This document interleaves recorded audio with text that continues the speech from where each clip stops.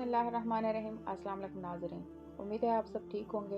Video को आगे बढ़ाने से पहले अगर आप हमारे चैनल पर नए हैं तो हमारे चैनल को सब्सक्राइब करें और बेल नोटिफिकेशन ऑन कर दें ताकि हमारे नई आने वाली वीडियो आपको बर वक्त मिल सके। महीनों से वहाँ कचरा जमा हो रहा था। तअफ़्फ़ुन से सांस लेना दोभर था। उससे छुटकारे की सूरत न नज़र आती थी। एक साहब ने आग लगाती। कुछ दिन बाद वहाँ से गुजर हुआ। कचरे का नामो निशान तक न था। किसी ने राख उठाकर नई मिट्टी डालकर कुछ बो दिया था। खुशगवार हैरत कुछ अरसे बाद गुजरने पर हुई। वहाँ छोटे छोटे पौधे तरतीब से उगाए थे।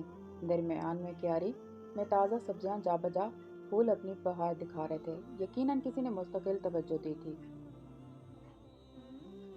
आज मामूलात से फरागत के बाद मंजिल मकसूद इस्तकबाल का प्रोग्राम था। दर्स देने वाली का पहला जुमला ही चौंका गया। वो रमज़ान का मतलब जल जाना बता रही थी। सवाल हुआ किस चीज़ का जल जाना। जवाब तफसीली था। ये महीना एक भट्टी की मिसल है जो गुज़श्ता गुनाहों को जला देती है। मोमिन पाक साफ उजला हो जाता है। इसमें खैर और भलाई के लिए वैक्यूम पैदा हो जाता है। जगह साफ करके नई मिट्टी डालकर बीज बो जाएं तो कई तरह के पौधे, फल और फूल उगाए जा सकते हैं। जहन में कचरे से क्यारी का सफ़र आ गया। रमज़ान मुबारक का बाबरकत महीना, एक बड़े इनकलाब का प्याम्बर, कचरे से क्यारी बनाने वाला बस आया चाहता है।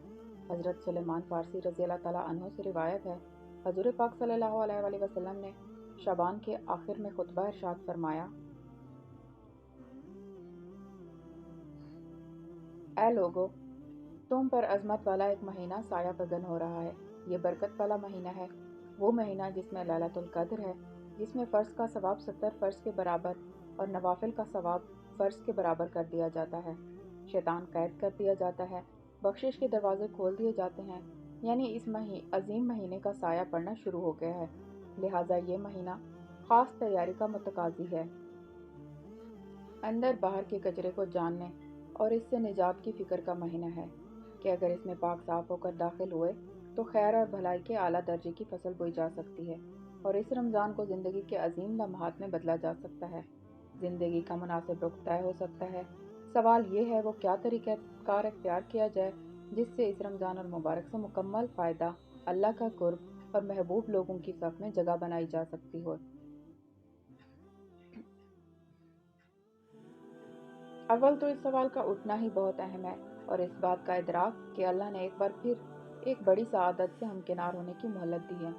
हर तरह के शिर्क से बरात का इजहार करें, उसी को खालिक, मालिक, रब, वारिस अमली तौर पर मानें और तमाम मामलात की डोर उसी के हाथ में थमा दें।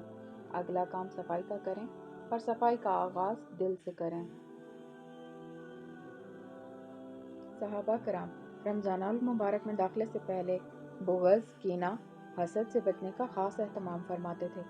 मोमिन की असल खूबसूरती तो दिल की खूबसूरती होती है। हज़रत साद रज़ी अल्लाह तआला अन्हु के बारे में उनकी ज़िंदगी में ही जन्नत की बशारत दे दी गई।